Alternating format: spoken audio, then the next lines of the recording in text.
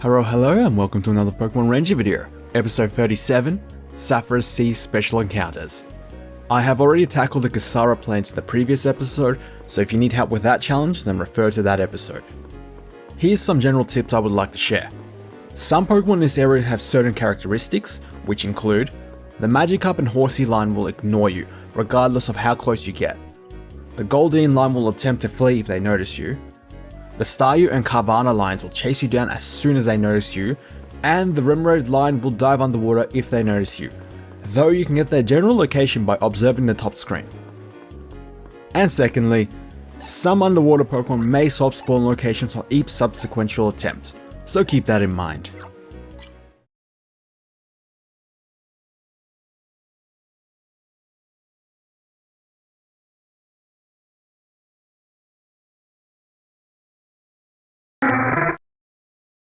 Pelipper will appear once you've surpassed Cameron's high score of 3,500, really easy to beat. Once you have obtained a high score, then Pelipper can be found flying around the lighthouse. If you're really struggling to beat this high score, then I suggest you capture Luvdisc. They are worth 700 points and there are 5 of them grouped together, equaling Cameron's score with just those captures alone. This is how you get Luvdisc. Luvdisc is an underwater Pokemon and will appear once the in-game timer has dropped below the 2-minute mark. It will spawn around the eastern section of the Safra Sea within the dark blue area.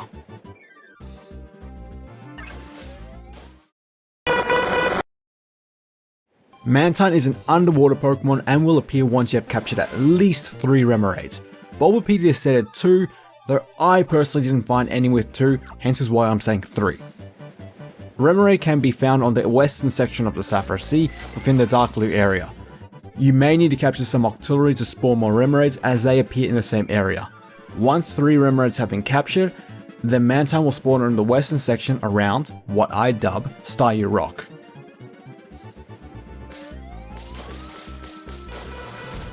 And also around the southern section within the dark blue area.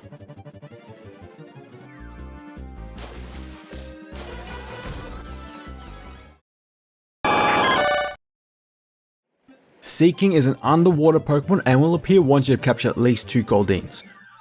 Goldeen and Magikarp tend to swap spawns on sequential runs, so your attempt may differ from mine. Hanging around what I dub Staryu Rock is generally a good area, though if you want to search for specific spots, then I'll refer you to the Gyarados tips. Once you have captured at least 2 Goldeens, then you'll find Seaking swimming around in the overworld. Seaking acts the same as Goldeen, the only difference is that it has a larger silhouette. Wailmer is an underwater Pokemon and will appear once you have captured at least 2 Seakings. Seaking typically hang around the same area as Goldeen, so just look for a Pokemon with a larger silhouette. And if it flees, then it's a Seaking. Once you have captured both Seakings, then Wailmer will spawn around the starting section.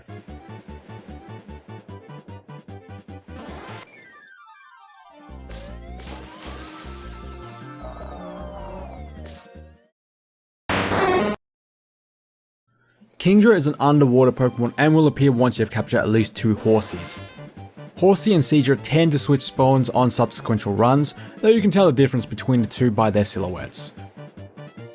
I typically found Horsey around the lighthouse, though don't be shocked if you find either a Magikarp or Goldeen as they have similar sized silhouettes.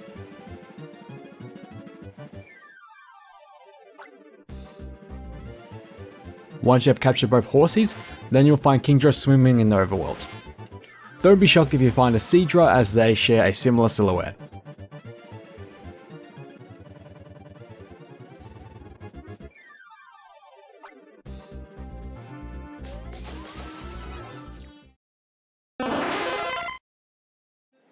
Starmie will appear once you captured at least 2 Staryus. From the starting section, head west towards Corsar Rock and there's one. And loads of other Staryus can be found in the southern western area of the map. It's not too difficult to find them.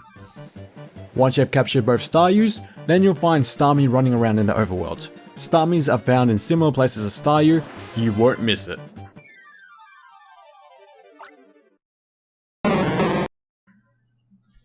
Psyduck will appear once you have captured at least 2 Starmies. To be honest, If a Starmie has you in its sights, then good luck outswimming it. Once you have captured both Starmies, then Psyduck will be swimming around in the sunken ship area around the southern western section. A quick tip: if you screw up your capture, then I recommend you flee the encounter. To escape an encounter, then you'll need to circle around the Pokemon, release the styler. When the Pokemon flies up, then a run icon will appear on the bottom left corner. Press it, and you'll flee the encounter. No joke, I just found out how to do this through the making of this episode. Gyarados was a story boss Pokemon that was previously caught within the Olive Jungle, so this capture is completely unnecessary unless you're a complete masochist and need to capture every single Pokemon, and this is for you.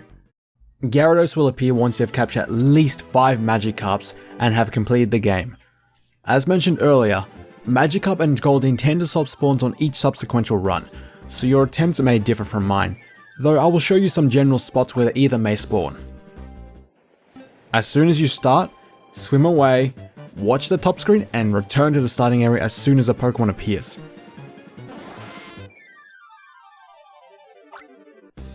Continue west, past Corsola Rock, and there's another spot.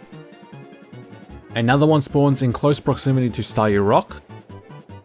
Slightly east from Staryu Rock can be another spawn.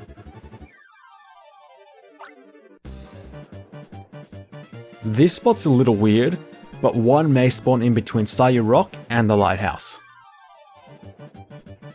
There are more spots that Magikarp may spawn, but hanging around Staryu Rock is a good basis. This may take a few runs, but once you have caught 5 Magikarps, then Gyarados will appear, south of the lighthouse. And that's all the special encounters out of the way. Of course there are some more Pokemon such as Sharpedo that can be found in the overworld, but you can find that without my help. And that's it. Thank you for watching. Leave a rating if you can, support the channel, and I'll be catching you on another video, so I'll see you next time. See ya.